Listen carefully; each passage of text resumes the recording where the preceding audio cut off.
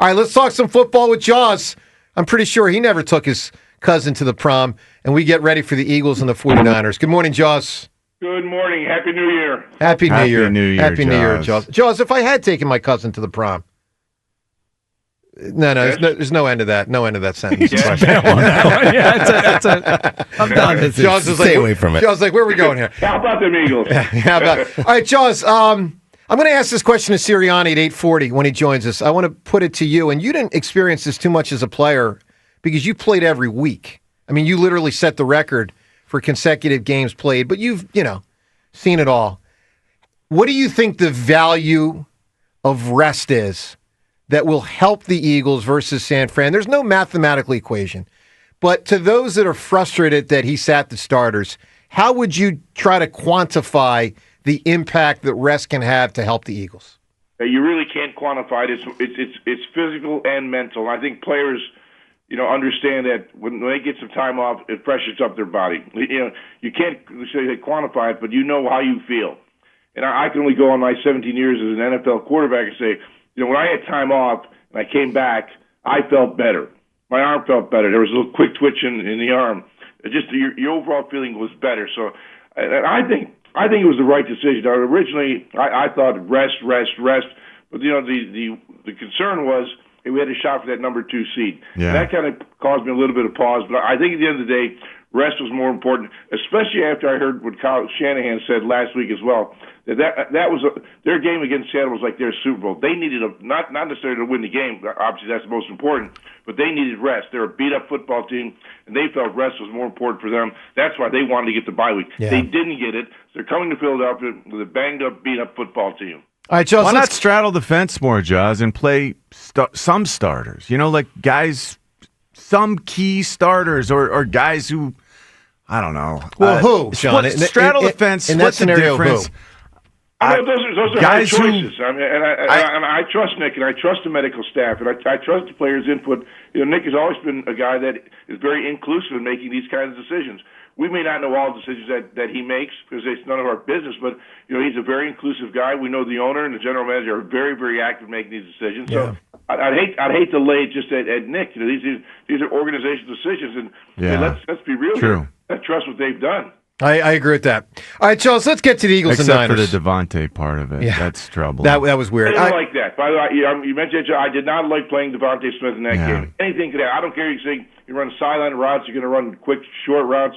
You put him at risk, I think, was a bad decision. Yep, I agree with that. Charles, let's get to the Eagles and Niners. I mean, all due respect to the last game and McKee and the backups, which was a disappointment. The reality is now it's on to San Fran. So what concerns you the most about what San Francisco brings to the table that could pose a problem for the Eagles?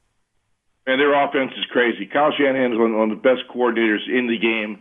They're very well designed. They've got that a go-to running back in Christian McCaffrey. He's kind of that the guy that's very very hard to stop because he does so many things. And they're going to get Trent Williams back, which is always a plus for them. He's been on your left tackle position for a right-handed quarterback is critical. They're a good football team, a very good football team. They're going to come here. They know what happened last visit they had to Philadelphia. Brock Purdy went out early in the game, so they fortunately they have a backup quarterback now if they have to go to that. But they're a well-rounded football team. Defensively, they're very, very average, maybe below average, but their offense makes up for it. Jaws, Purdy is average, good, very good, or great. Which one is it? Very good. Yeah, we toss the term great around too often, but he is very, very good. Tank Bigsby and A.J. Dillon, we got to see both of them. I really liked A.J. Dillon's grab, the way he caught that ball. We didn't see much of him. But Tank looked good. Is there any room for him in this postseason, or are we just going to go back to Saquon and hope that the offensive line opens holes this I think Saquon is obviously the bell cow, but I think Tank did a really good job. So it's nice to know you got a guy that could back up.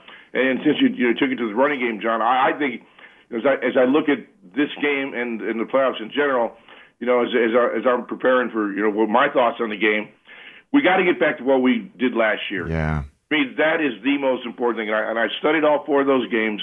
And the 4 games in the playoffs last year, 3 playoff games in the Super Bowl, We rushed for 818 yards. Wow. 818 yards. We passed for 647. And Wow. Jalen ran for 194 of those 818 yards. Wow. And we turned the ball over one time in the 4 game, and that was an interception in the Super Bowl. It's so obvious to me what we have to do. Get back to the foundation of Nick Sirianni's offense. It's run the football, the power running. That's why I kind of like the rest aspect that we talked about earlier. You're going to get this offensive line fresh. If there's one area I'm concerned about, our offensive line is not dominated like they did a year ago. Those numbers verify how good they were a year ago. Can we get back to that is going to be the big question. Can we run the football predominantly, use the passing game sparingly, and use Jalen's legs? Jaws, to my eye, the single biggest reason why they have not effectively run it this year, particularly when Saquon's running it, is across the board, the 4 returning offensive linemen from last year, simply all 4 have not been as good as last year. Accurate? Correct. Yeah, I would agree with that. What's your... It's a simple statement. They have to play better. I mean, the talent is there. There's no question about it, but there's been a lot of bumps and bruises, a lot of injuries. Again, back to the rest, I think, will help. But we'll find out. I don't know. I'm not in their body. I don't know how these guys feel, but when you start practicing in July and here we are in January, your body takes a beating. It takes a toll on you. This is taking it to the next level, but are jobs on the line? Offensive staff, I guess, we hear all the time about how this offensive staff keeps it real and they hold guys accountable. Do you think there are coaching jobs on the line this week, basically, with the way that we perform? No, not at all. In fact, the only thing if your name rhymes with Frufrulo, some guys might get other jobs because people know how good this organization is. They know how good the coaching staff is, and the record speaks for itself. And I talked to a lot of other people around the league rather than just Philadelphia people, and there are a lot of great coaches on this staff that they're going to try to poach people from this staff if they get jobs somewhere. So this coaching staff is held in high regard. Well, our offensive coordinator, is he one of those names that is circulating to be poached? Yes. Yeah, do you think that's realistic? I don't think it's going to happen, but that's been reported. It has been. Yeah, it has been. So, Joes, let's get to a couple other things here. Let's broaden this out to the playoffs. Saturday is going to be fun because it's a no-pressure day from our standpoint as fans. Just sit there, watch the NFC, and see what happens. I will laugh my ass off if the Packers beat the Bears and the Eagles become the 2 seed before they even play a playoff game. Are you surprised that the Packers are favorite by 1.5 in Chicago? Yes. Yeah. The odds makers obviously don't feel that strongly about the Bears, and the Packers are fresh, they're healthy, but no Micah Parsons, which is obviously a huge loss for them. But they're a very, very good football team. They really are. We had them last year in the playoffs, although we handled them in the playoffs. We know they're a competitive football team. We know they're a good football team, and Jordan Love is an outstanding quarterback. Jaws, is Seattle, and of course they're the one team that doesn't play this weekend in the NFC, other than the Cowboys who don't play. That's what I did there. And Washington and the Giants. Is Seattle the best team in the conference? Yeah, for a long time throughout the season, I thought the Rams were, but they've kind of stubbed their toe late in the season, gave up some leads that they shouldn't have given up to lose games to Seattle. I thought the Rams for most of the season were the best football team, but I think Seattle has kind of overcome them. But there's one thing that bothers me about Seattle: they are not a team that takes care of the football. And as I mentioned those Eagles stats a moment ago, last year we turned the ball over one time in 4 games in the playoffs last year. Yeah. One time. It was a Super Bowl interception by Jalen. 0 fumbles. We did not turn the football over in the playoffs. So our team understands the importance of ball security.